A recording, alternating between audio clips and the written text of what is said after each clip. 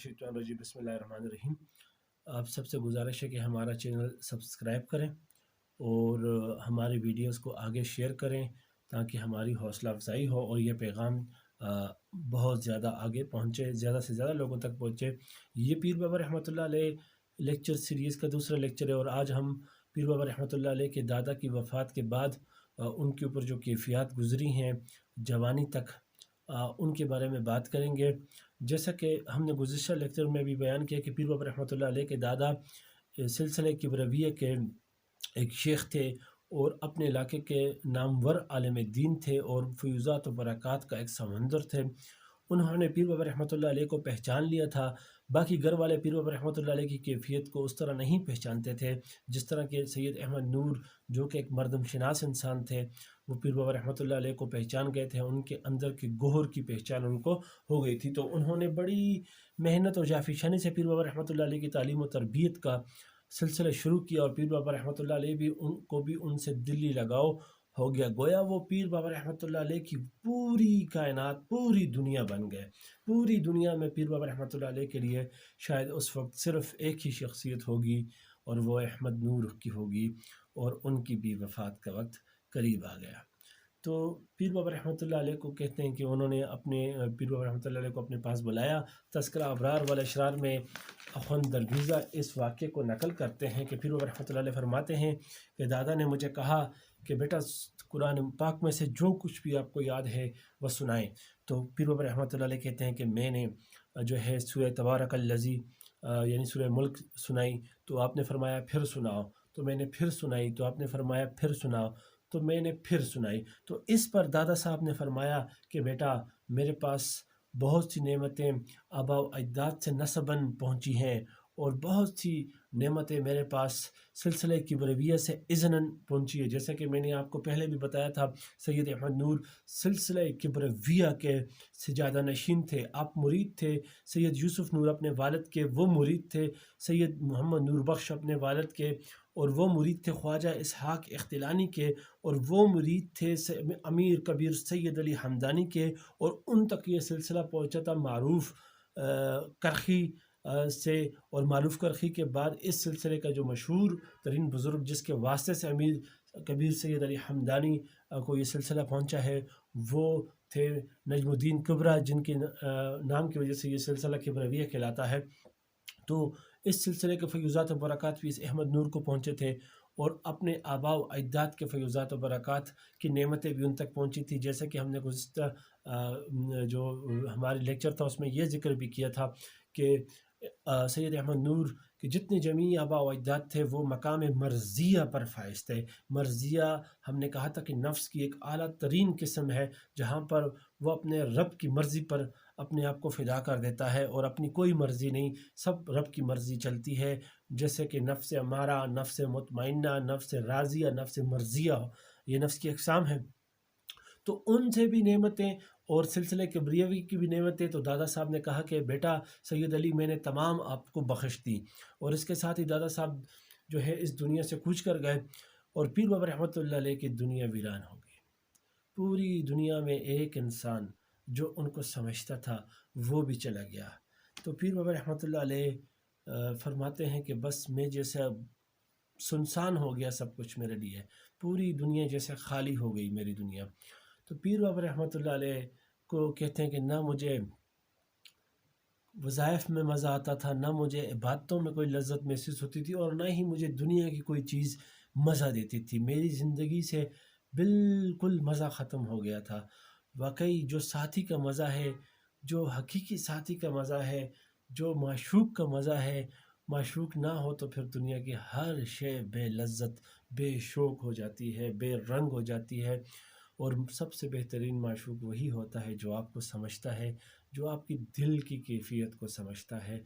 लोग तो हज़ारों हमारे इर्द गिर्द होते हैं लेकिन हमें समझने वाले और हमारे दिल को समझने वाले नहीं होते। ऐसा कोई एक आदि होता है और वो बहुत ख़ास होता है, वो कोई आम इंसान नहीं होता और उसके जाने के बाद इंसान टूट जाता है। और हमारे सैयद अली तिरमिज़ी रहमतुल्लाह अलैह भी इसी तरह बिल्कुल टूट-फूट के शिकार हो गए थे। कुछ यही कैफ़ियत उनकी काफ़ी अरसा रही। वालिद साहब ने سید قمر علی ان کی بہت عزت اور احترام کرنے لگے تھے اور ان کی بہت دلجوئی کی، مگر پیر بابا رحمۃ اللہ علیہ کچھ اس طرح ہی رہے۔ علماء کی محفل میں بیٹھتے، مساجد میں جاتے، علمی مذاکروں میں بیٹھتے، مگر آپ کے اندر علم کی تحصیل کے شوق بھی پیدا ہوتا، مگر موقع نہیں ملتا، کچھ تعلیم کو جاری نہیں رکھ سکے۔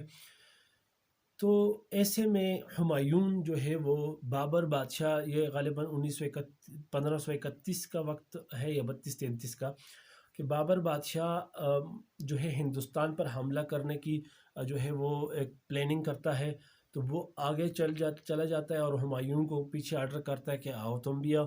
تو ہمایوں پیچھے سے آ رہا ہوتا ہے لشکر کے ساتھ، کچھ لیٹ ہو جاتا ہے بابر کے ساتھ ملنے میں، تو ہمایوں اپنے ساتھ سید قمبر علی کو بھی لاتا ہے۔ قمبر علی بھی ہمایوں کے ہمراہ ہوتے ہیں، اور سید قمبر علی تبرکن، اس کو پیر بابا رحمۃ اللہ علیہ کی روحانیت کا ان کو بھی احساس ہوتا ہے، وہ تبرکن پیر بابا رحمۃ اللہ علیہ کو بھی اپنے ساتھ لے لیتے ہیں، اگرچہ ان کو پتہ ہوتا ہے کہ یہ جنگ و جدل کا انسان نہیں ہے، لیکن وہ ان کو ساتھ کر لیتے ہیں۔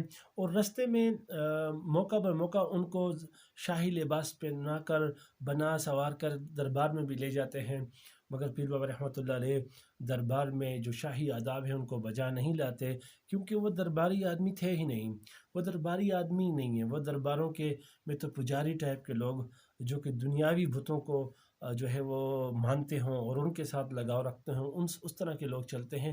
پیر بابا رحمۃ اللہ علیہ تو کسی اور دنیا کے تھے، تو قمبر علی ان کو اپنی دنیا میں لاتے تھے، پیر بابا رحمۃ اللہ علیہ کسی اور دنیا کے باسی تھے۔ تو اسی کچھ سچویشن کو علامہ اقبال نے بڑی خوبصورت ایک شعر میں مجھے ڈسکرائب کیا، وہ شعر مجھے یاد آ گیا کہ پرواز ہے دونوں کی اسی ایک فضا میں، گرگس کا جہاں اور ہے شاہی کا جہاں اور۔ تو میں کہوں گا قمبر علی بابا آپ بھی اسی نسل سے ہیں، اور سید احمد نور کی نسل سے ہیں، اور سید علی ترمذی بھی آپ کی ہی نسل سے ہے، آپ کا ہی بیٹا ہے۔ دونوں کی شکلیں بھی ملتی ہیں، لیکن یہ ایسا ہی ہے جیسے چیل کی شکل جو ہے، گرگس کی شکل بھی بالکل باز جیسی ہوتی ہے، مگر دونوں ایک ہی فضا میں اڑتے ہیں، لیکن دونوں کا جہان بالکل الگ ہوتا ہے، ایک کا جہان اور ہوتا ہے، دوسرے کا جہان اور ہوتا ہے۔ تو پیر بابا کا یہ جہان تھا ہی نہیں جس میں بار بار قمبر علی بابا ان کو لا رہے تھے، یہ جہان ان کا نہیں تھا، تو یہ جہان ان کو اکتاہٹ کا شکار کر دیتا تھا، تو وہ اس سے ہٹتے تھے۔ تو پیر بابا رحمۃ اللہ علیہ کرتے کرتے جب یہ لشکر قدرتاً کہتے ہیں تقدیر جو ہے وہ تدبیر پر غالب ہوتی ہے بعض اوقات، تو یہ لشکر گیا پانی پت میں جہاں پہ مشہور لڑائی ہوئی، تو پیر بابا رحمۃ اللہ علیہ وہاں پر ارد گرد گھومنے لگے، تو آپ کو وہاں پر ولایت اور روحانیت کا احساس ہوا، تو آپ نے ادھر ادھر چھان بین کی، تو آپ کو وہاں پر پتہ چلا کہ بو علی قلندر، شیخ شرف الدین المعروف بو علی قلندر کا ادھر مزار ہے، مشہور معروف آج بھی یہ مزار ہے، بڑی اونچی ہستی گزری ہے بو علی قلندر کی۔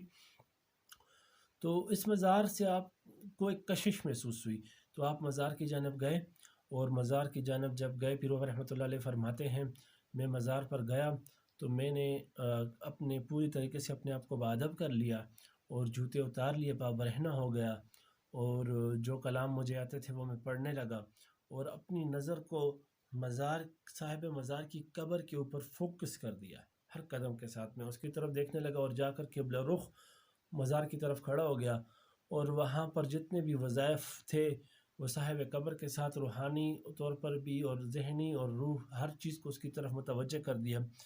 تو جو وظائف مجھے آتے تھے وہ میں نے پڑھے۔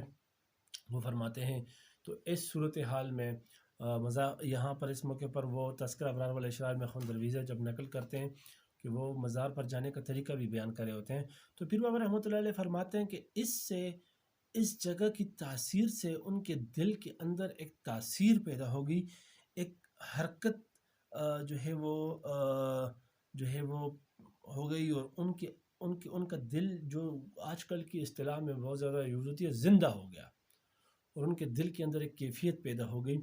تو اسی کیفیت کی وجہ سے پیر بابا رحمۃ اللہ علیہ کہتے ہیں کہ میرے اندر ایک جذبہ ایمانی نے واپس جو ہے وہ ایک ابھرا، اور مجھے محسوس ہوا کہ میرا دل زندہ ہو گیا ہے، اور میری روحانی لذت کا احساس مجھے ہوا، اور وہیں پر میں نے یہ ارادہ مصمم کر لیا کہ میں اب اپنی دینی تعلیم کو وساری کروں گا۔ اسی کے ساتھ ہمارا آج کا لیکچر ختم ہوتا ہے۔